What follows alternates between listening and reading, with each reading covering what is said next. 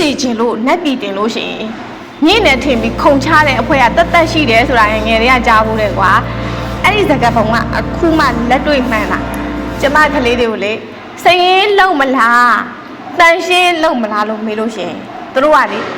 စရင်လုံးဝမလုပ်ချင်ဘူးအမလီအုံနောက်စားတဲ့အလုပ်ဆိုရင်နဲ့လုံးဝမလုပ်ချင်ဘူးပင်မန်းလို့တဲ့လူပင်မန်းတာပဲခံနိုင်တဲ့စိတ်ပင်မန်းတာမခံနိုင်ဘူးဆိုပြီးတော့လေသူတို့ကတန်ရှင်းပဲလုပ်ချင်ကြတာ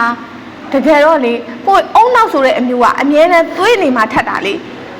တန်ရှင်းလောက်တာဘာအုံနောက်မှသုံးစရာမလိုဘူးလေ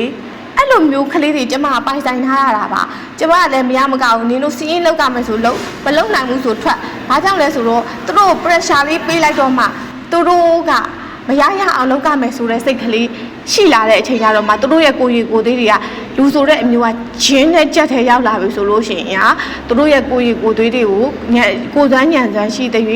ထုတ်သုံးကြတာလေအားကြောင့်မို့ကိုယ့်ရဲ့ကလေးတွေကိုချစ်တယ်ဆိုရင်အလိုမလိုက်မိပါစေနဲ့